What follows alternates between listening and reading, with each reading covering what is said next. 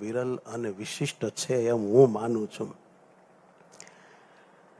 બીજું, મારે ઉદાસ થઈ જવાનું કારણ, સવારમાં મેં મોબાઈલ જોયો, એમાં એક બે કોમેન્ટ મેં એવી જોઈ, એનાથી વધારે ઉદાસી આવી. કોમેન્ટ કોણે કરી એ મારે કહેવું નથી, શું કોમેન્ટ કરી એ પણ મારે નથી કહેવું, પણ મારે એટલું કહેવું છે કે હું હાથ જોડીને બધાને પગે લાગુ છું. નેગેટિવ કોમેન્ટ કરીને તમારું કલ્યાણ શું કામ બગાડો છો? પ્લીઝ, તમારું કલ્યાણ શું કામ બગાડો છો? તમે નથી હરિસ્વરૂપ સ્વામીને જેમ છે એમ ઓળખતા, તમે નથી માધવપ્રિય સ્વામીને ઓળખતા, તમે નથી બાલુ સ્વામીને ઓળખતા. કેવળ તમારા મનના ઊભા થયેલા સંકલ્પો, વિકલ્પો અને તમારા અંદર રહેલી નેગેટિવિટી, રાગ, દ્વેષ, વિરોધ વગેરેને લઈને તમે કોઈ મોટા સંત વિશે ગમે તેમ લખી નાખો, ગમે તેમ બોલી નાખો એટલે તમે કલ્યાણના અધિકારી થઈ ગયા ને તમે સંપ્રદાયમાં સિદ્ધાંતો થાપી દીધા એમ? તમે શું મોટી ધાડી મારી દીધી મારા ભાઈ? તમે શું કર્યું છે આ સંપ્રદાય માટે?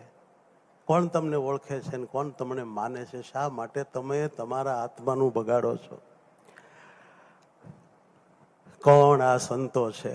કોના આ સંતો છે? કોની એને નિષ્ઠા છે? કોને આશરે બેઠા છે? કોણ એનું બળ છે?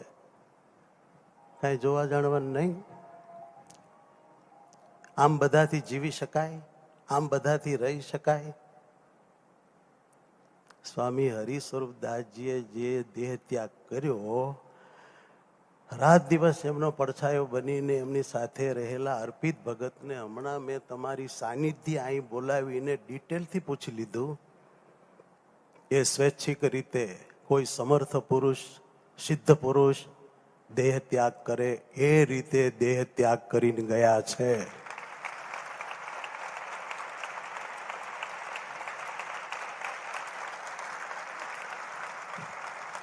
વાલા ભક્તો, ઘણા વર્ષે કોઈ એકાદ પુરુષ આવી રીતે સમર્થ થકા ખુરશી ઉપર બેસી ભગવાનને આરતી ઉતારી પોતાની હાથે કંઠી પહેરી અને સીધું ધામમાં વયા જાય ને માથું નમી જાય.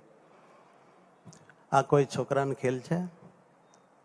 આ પરમાત્માના પ્રગટપણા વિના શક્ય છે એમ માનો છો તમે? અને છતાં પણ આવા સંત વિશે તમે ગમે તેવું બોલી નાખો, લખી નાખો, વાયરલ કરી નાખો. વિચાર કરજો.